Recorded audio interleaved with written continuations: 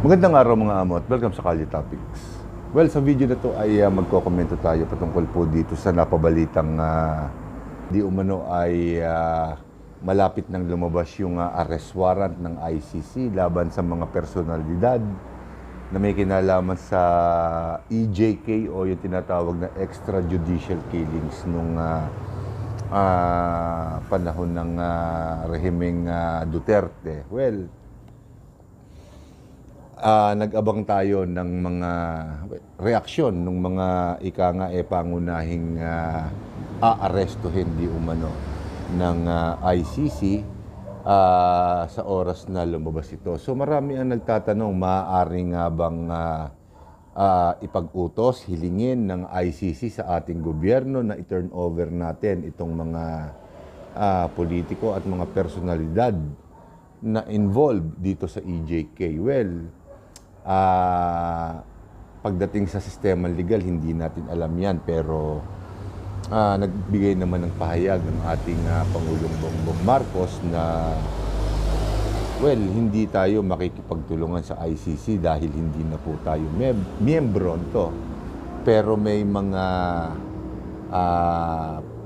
personality rin, mga politiko, nagsasabi na kinakailangan tumugon tayo sa kahilingan ng ICC. At ang isa na nga po dito ay si Justice Carpio, kung di ako nagkakamali, at siyempre, si former Senator Antonio Trillanes. So, ano ba ang palagay natin tungkol sa usapin na to? Well, siguro ang panghahawakan muna natin una dito ay yung sinabi ni Pangulong Bongbong Marcos na hindi mangyayari yon. Pero sa itinatakbo ng mga pangyayari itong mga nagdaang panahon ay mukhang medyo may kalabuan na rin dahil itong mga huling araw, nung lumabas nga po itong balita na to na hihilingin yata ng ICC sa Interpol na arestuhin ang mga personalidad nito. Well, sino-sino nga ba yung mga politiko at mga personalities na maaaring maaresto? Well, ang pagkakaalam ko dating Pangulong Rodrigo Duterte, si Senator Bato de la Rosa, yung mga nag-architect ng tokhang, So, yun, yung mga personalidad na yun ang maaaring maaresto. Siyempre, permis laman ng balita si Senator Antonio Trillanes na alam naman natin na numero unong kritiko ng mga Duterte at inaantay ko na lang na magbigay din ng pahayag si dating Senador Laila de Lima dahil alam naman po natin na sa panahon po ni dating Pangulong Rodrigo Duterte ay nakulong, si former Senator Laila de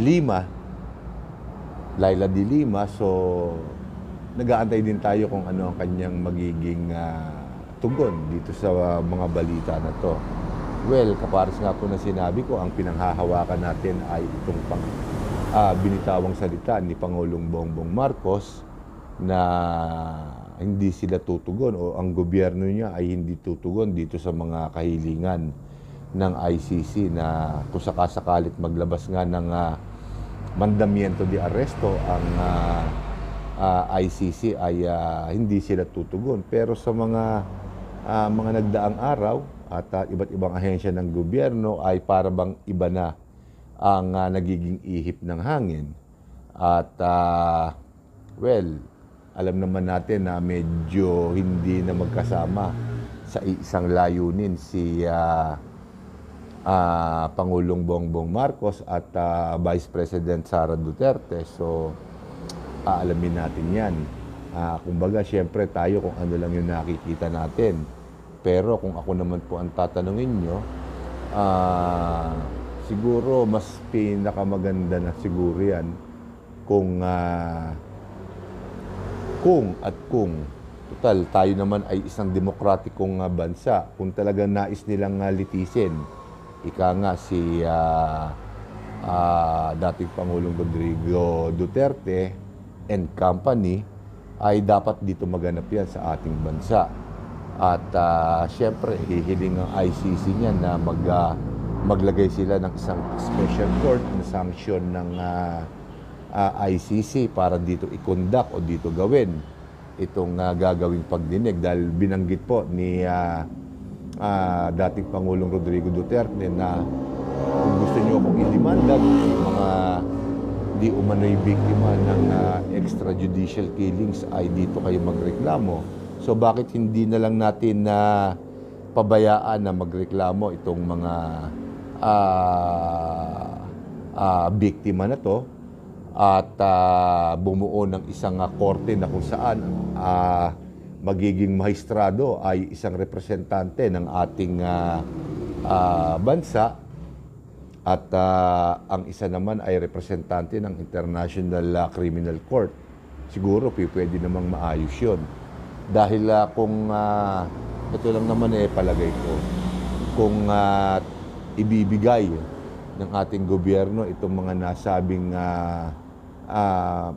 political figures na kinakasuhan ay talagang magkakaroon ng wag naman sana pero magkakaroon ng gulo dahil may mga politiko na nananawagan na sa ating mga kapulisan, sa ating law enforcement at sa ating sandatahang lakas na ika nga bantayan mabuti ang seguridad ng mga Duterte. Napakaraming lumalabas. Meron ngayon na ginagawang pagdinig ang Kongreso at Senado na kung saan ay may mga nag-aakusa na ang talagang nakikinabang dito sa droga o sa kalakaran ng droga dito sa ating bansa ay ang mismo mga Duterte rin. Hindi natin alam yan. Dahil yan, ang mga pagdinig sa Kongreso at Senado ay in aid of legislation, ika nga nila, at hindi sila talaga yung korte na dapat lumites. So, dapat magsampa ng kaso yan kung meron. At kung matibay ang kaso, dapat isampa nila. Kung mapapansin ninyo, mga amo, nagpapaulit-ulit lang. At lagi ko sinasabi ito, sa bawat pagpapalit ng administrasyon, nagpapaulit-ulit lamang po itong mga pangyayari na to. Yung mga kabulukan nung nagdaang administrasyon ay nauungkat sa bagong administrasyon. So, kumbaga, nauubos lamang po ang oras. Nauubos lamang po ang oras ng ating mga politiko, ng ating mga senador at kongresista para lamang ika nga magtapunan ng putik. At habang ginagawa nila yun ay binabayaran pa natin sila. Tayo naman mga Pilipino, aliw na aliw dito sa mga ginagawa nila. Siyempre, lahat naman tayo, aminin man natin at hindi, puro marites tayo.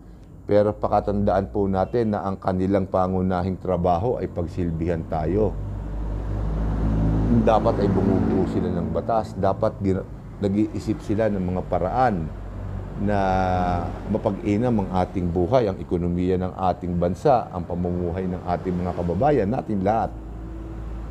Pero nauubos ang oras nila, ang kanilang termino para ika nga gumante, manira, o sadya talagang usigin yung katotohanan na kung saan nasasakripisyo po ang kanilang trabaho.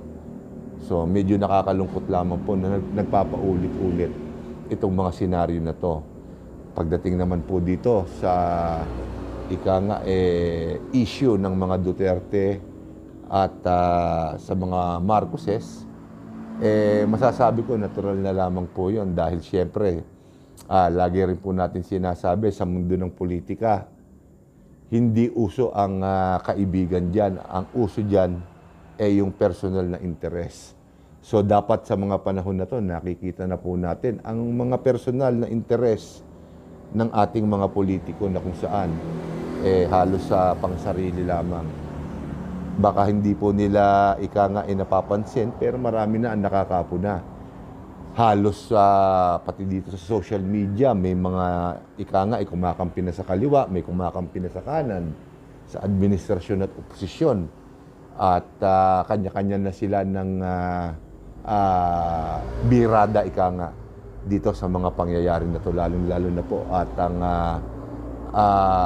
involved o ang sangkot ay ang dalawang pinakamataas na pinuno ng ating bansa. At nagkataon pa na malapit na ang midterm election. Ilang buwan na lamang po ay magfa-file na ng Certificate of Candidacy ang ating mga aspirant na politiko, yung mga nais manatili at yung mga bago. Kaya syempre, para hindi sila mawala sa isipan ng mga Pilipino, ng kanilang mga botante, ay nagpapakitang gilas sila. Pero sa akin, parang maling pagpapakitang gilas po to dahil puro kontrobersya, puro pagnanakaw. Hindi ko naman po sinasabi na hindi dapat imbestigahan yan. Pero parang nagiging trend na ang pinakamaganda at pinakamabilis na paraan para ikaw ay maalala ng tao ay makapaglahad ka o makapag-expose ka ng kabulukan ng isang personalidad, isang sikat na personalidad. Kumbaga, ginagamit nila yung tao na yon dahil sikat para siraan o para talagang malaman ng katotohanan. So, kung tatanungin naman natin kung ano yung katotohanan, hindi rin po nila masasabi sa atin dahil sa dinami-dami po ng mga nag-expose ng mga baho ng mga matataas na opisyalis ng ating bansa. Wala pa po yata akong nakikitang na-convict, ika nga. Hindi ko sinasabing convicted na, pero magbibigay lamang po ako ng halimbawa. Kapares nga po nito nangyari kay dating Senador Laila de Lima na inakasuhan na involved sa droga. Pero pagkatapos ng termino ng dating Pangulong Rodrigo Duterte, ay bumilang lamang po ng ilang panahon na acquit halos lahat at nakalaya na po. So, parang hindi nagmamature ang ating politika, ang ating political system sa ating bansa. Paulit-ulit na lamang po. At itong mga bagay na to ay nauulit na naman sa harap natin at pinagpipiestahan ng mga aspiring politicians, ng mga vlogger, syempre. Dahil income yan para sa kanila. Gaano man katotoo o gaano man kasinungalingan ang kanilang sasabihin, may mga tao at may mga marites na makikinig sa kanila.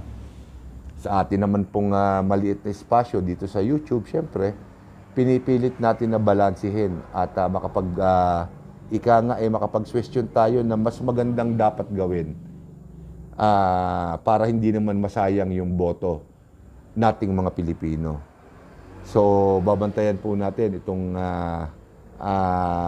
paksa na to, itong topic na to dahil habang lumalapit ang eleksyon, ang midterm election, ay siguradong iinit pa po yan. At kapag meron pong